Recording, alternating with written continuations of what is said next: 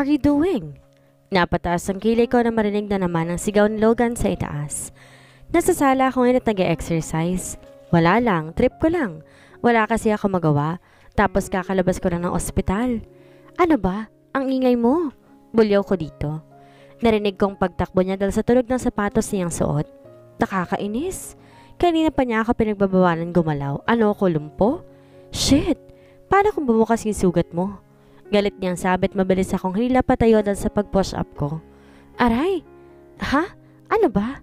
Sigaw ko sa kanya. Natigil na naman siya at tumingin sa akin na nagmamakaawa ang mukha nito. Please stop doing that, wife. Baka kasi umalis ka nga dyan? Nakakita mo ba nag-i-exercise ako? Sinamaan ko siya ng tingin. Umupo siya sa sofa at tinignan ako. Titig na titig lang siya sa akin habang hindi nagsasalita. Umalis ka nga sa harapan ko. Di ba dapat nasa trabaho ka na? Bakit ka nandito? Inis kong sabi. Because, take care of you. Mahina niyang sabi. Malakas ako kaya kaya ko ng sarili ko, Logan. Honey? Napatas ang kilay ko. Yan ang itawag mo sa akin. Ha? Ano bang, nabagok bang ulo ng isang to? Hoy! Honey, wife. Honey. Malamig niyang sabi. Sabay tingin sa akin na masama. Inirapan ko lang siya at tinalikuran. Umalis ka na. Pinapaalis mo ako sa sarili kong bahay? Hindi makapaniwalang sabi niya. Humarap ako sa kanya, tinaasan na naman ang kilay. Sa itsura ko napakamaldita ko na. At ano naman ngayon? Buhay ko na rin to kaya pwede ba? Pwede kitang palayasin kahit kailan ko gusto kaya lumayas ka dito? O ako ang lalayas dito? Mabilis siyang tumayo at padabog na umalis sa harapan ko. Nagtungo siya sa pintuan palabas at pabagsak itong isinara, kaya't napasigaw na lang ako sa gulat. Langiya? Siya pa talaga may gana magalit, no? Napapailing akong pumunta sa kwarto ko at pumasok sa banyo para maligo. Kinuha ko muna ang cellphone ko para makinig ng music habang naliligo ako. Buti nilang may magagandang music din dito. Ginger Me Slowly by Sami. Inubad ko ang damit ko at nagtungo na sa bathtub. Ginger Me with Pillow Talk and Pretty Things. O Ginger Me by Candlelight and Long Walks by the Lagoon. Ginger Me with Intellect and Wine Ginger Me Boy with Kindness and Coal. Inayos kong pagkakahiga, pinikit ang mga mata habang nakikinig sa musika. Yes, oh ginger me slowly. Yes, oh ginger me slowly. Ginger me with poetry and roses in the afternoon. Ginger me with trips to Monaco and to the Nile. Ginger me with power and humility. Oh ginger me boy, ginger me with your love. Napapailing na lang ako habang nakatingala at nakapikit ang mata ko. Hindi ko akalain na may ganitong kagandang kanta at napakaganda pa. Yes, oh ginger me slowly. Yes, oh ginger me slowly. Take your time, hold me closer. Show me your heart and I'll show you mine. Slow it down, hold me longer. I'll be your girl if you do it slowly. Natatawa akong sinabayan ang kanta habang hinahampas ang kamay sa tubig. Ginger me with unexpected kisses and a dance. Ginger me with breakfast in bed for just us two. Ginger me with dreams of love and faithfulness. Ginger me boy with your heart. Tok tok tok. Napadilat ang mata ko na makarinig ng mahinang katok. Slow down, ginger ginger. Slow down, slow down. Tok tok. Tuloy pa rin ang kanta habang kasabay ng may kumakatok. May kumakatok talaga eh. Slow down, slow down, slow. Mabilis kong tinapan ng cellphone sa pintuan dahil sa inis. Shit! Sigaw ko. Umalis, wife? Nag-init ang ulo ko dahil sa narinig na boses. Shit na Logan. Ano bang kailangan mo? Naliligo ako eh. Sigaw ko. I heard a song. What's that so? Shit? Nakikigulo ka para lang itanong yan?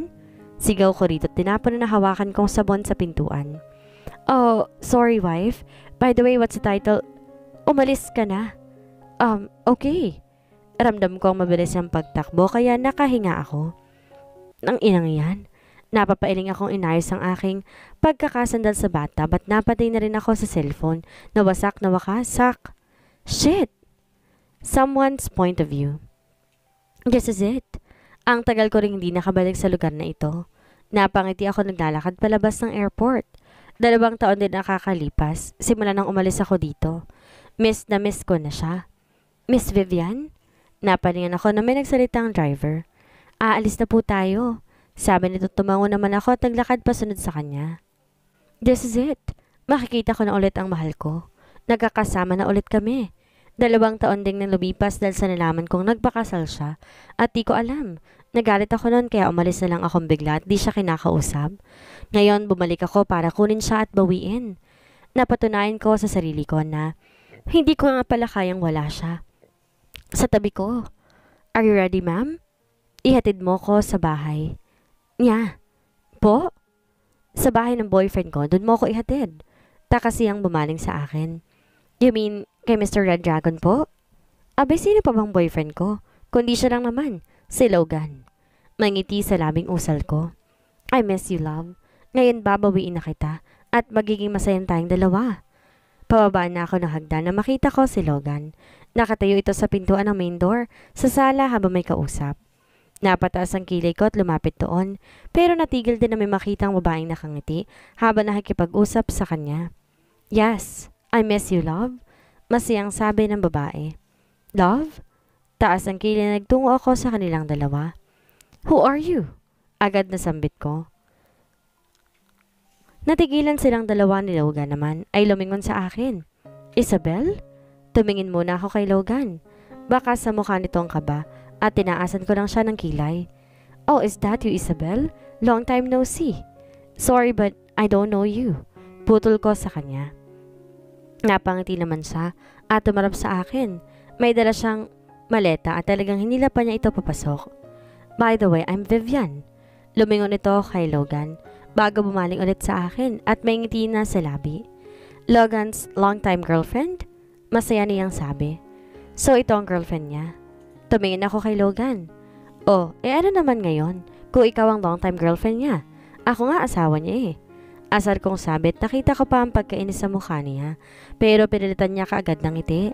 Yeah, asawa ka nga niya. But sure naman ako hindi kanya mahal kasi ako pa rin ang mahal niya. Tumingin to kay Logan na masuyong hinaplos ang pisngi nito.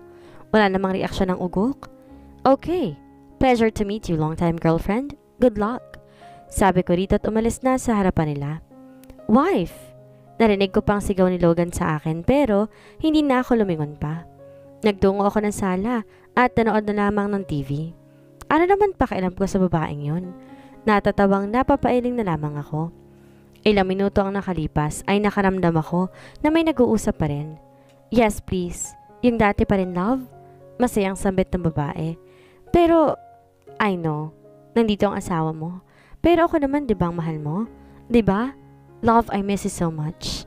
Sabi ni Vivian. Akala ko, nakaalis ng isang to. Napalingon ako sa likuran at nakita silang dalawa na paakyat na. Anong dito matutulog ang babaeng yan? Biglang humigpit ang hawak ko sa remote at inis na tumayo. Ma'am, kakain na po. Usal ng maid. Okay, sabi ko at nagtungo na sa dining. Huwag mo nang yayain ang boss mo. Bahala siyang magutom. Bakas ang gulat sa mukha ng maid pero sinaman ko lamang siya ng tingin kaya naman napasunod na lamang siya. Masaya akong kumain mag-isa dahil konti lang ay pagluluto kong pagkain para sa aming dalawa lang ni Logan. Inubos ko na ang lahat. Ngayon, manigas ka. Magutom ka. Mamatay kayong dalawa. Wife, bakit di mo ako sinabihan kakain na pala? Napalingon ako sa likuran. Si Logan, kasama ng long-time girlfriend niya. Ano naman ngayon? Busy ka eh. Baka maistorbo ko pa kayo? Sabi ko. Tumayo ako sa pagkakaupo at inimas na ang tiyan ko. Ang sarap ng pagkain. Sige, tulog na ako. Good night. Sabi ko pa sabay ngiti. Nagtaka naman ang babae dahil sa ginawa ko. Nakita ko ang paghawak niya sa kamay ni Logan. Gusto niya ba akong asarin at pagsilosin, ha? Asa siya. Manigas siya. Napapailing akong umakyat at hagdan patungo sa kwarto na makarating doon ay agad akong sumampa sa kama. Sang kwarto kaya ang babaeng yon? Ilang minuto lang ako nakatingin sa kisame ng biglang, Vivian's point of view. Napangiti ako kay Logan. Hindi pa rin siya nagbabago. Malamig pa rin ang pakikitungo niya sa akin, pero napakabait niya. Sinabi ko kasi kanina na wala na ako matitirhan or kung pwede bang dito sa bahay niya. Nung una hindi siya payag dahil may asawa siya. Kundi lang dahil sa babaeng yun eh. Masaya sana kami ngayon ni Logan, kasama ng mga anak namin. Love, please don't call me like that. Napataas na ang kilay ko. Why? Di ba gusto mong tawagin kita ng Vian, please? Huwag ngayon. Napabuntong hininga na lamang ako at nagtungo sa isang upuan doon sa dining room. Umupo ako at tinignan ang table na ayos at walang pagkain. Umorder na lang kaya tayo? Pagkasabi ko'y napabuntong hininga siya at mabilis na nag-order ng food. What the? Ganun na ba ang asawa niya? Akala ko ba mabait yon at maalagain kay Logan? Eh ano to? Ginugutom niya ang future husband ko? Sana? Pshh!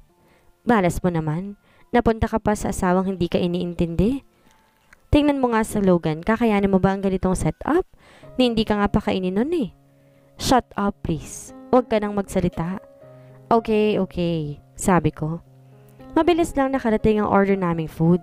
Kumain agad kami ni Logan. Pagkatapos na nagtungo pa kami sa taas.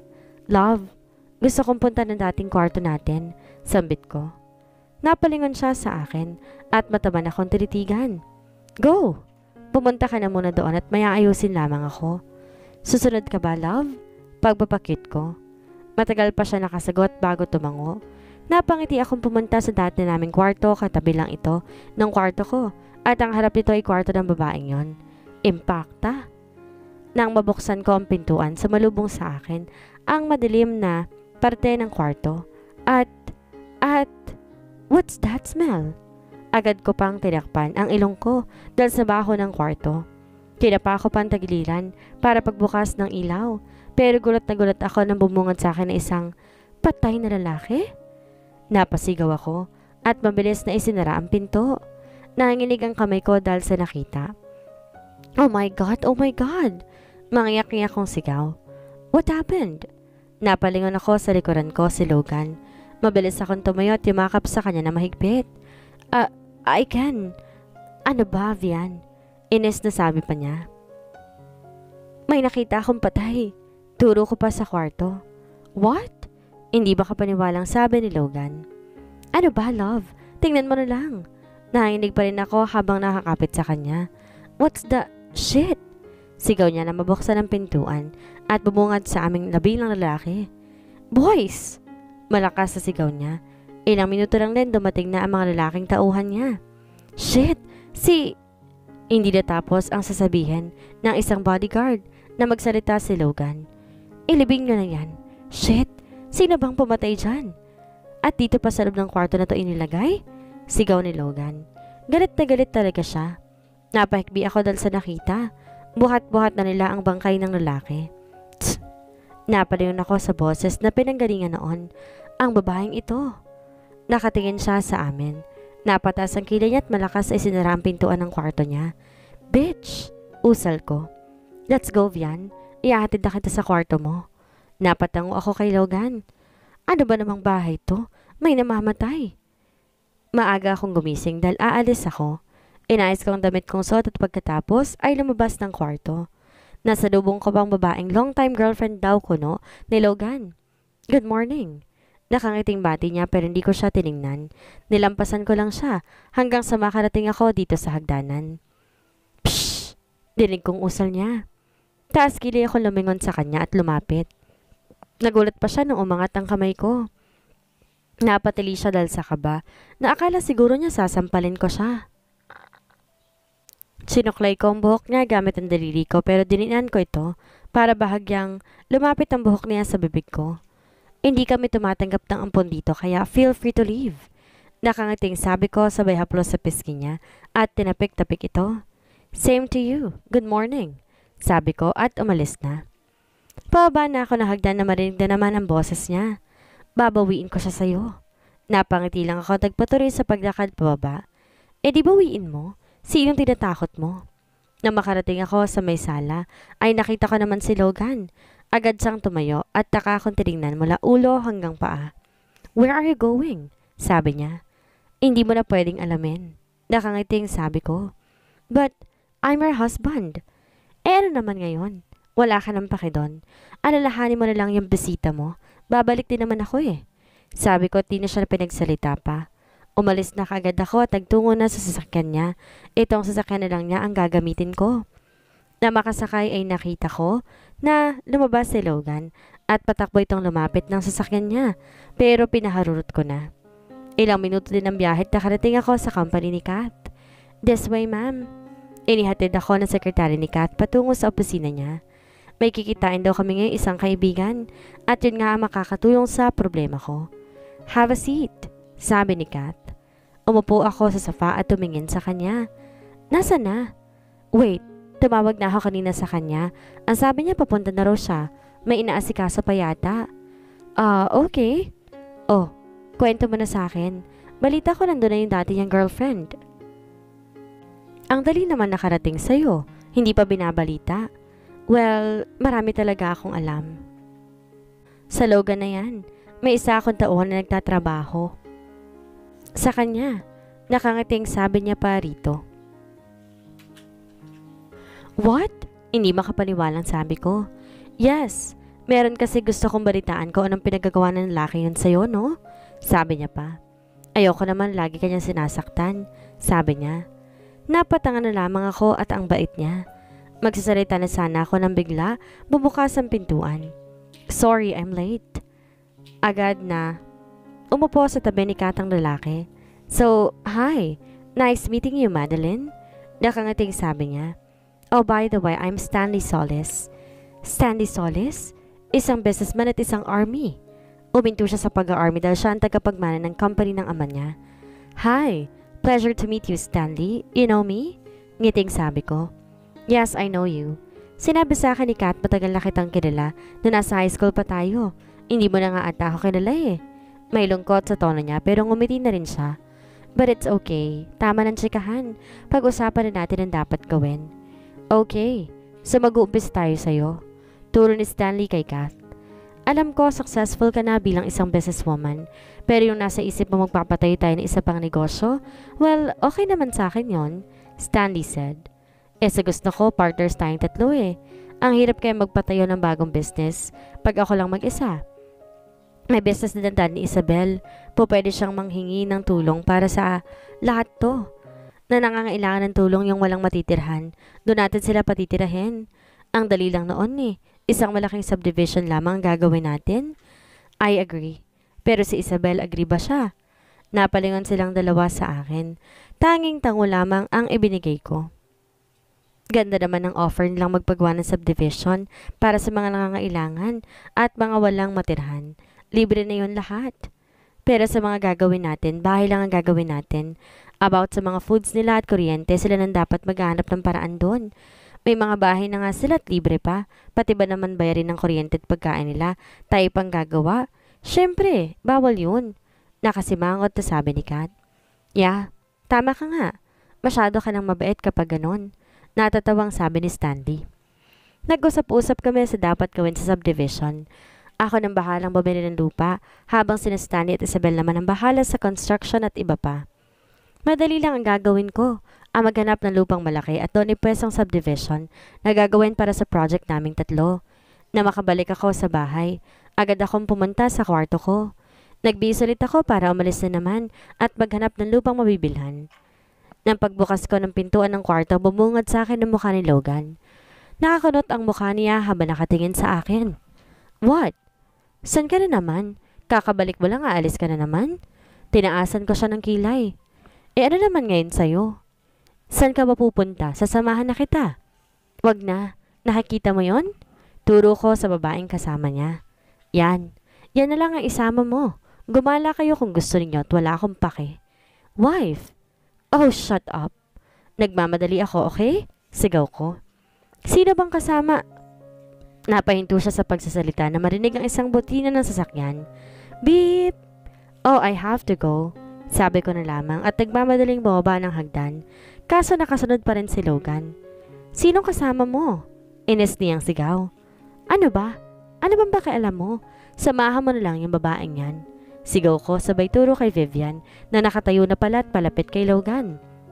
Love! Shut up! Sigaw ni Logan sa babae. Isabel, where are you going? Wala ka ng... Hi! Napatigil ako dahil sa pagbukas ko ng pintuan. Bumungad ang mukha ni Stanley. Let's go! Yaya niya. Wife! Umalingaw-ngaw ang sigaw ni Logan. Hindi ko na pinansin ang sigaw niya at umalis na lamang ako. Ang ingay!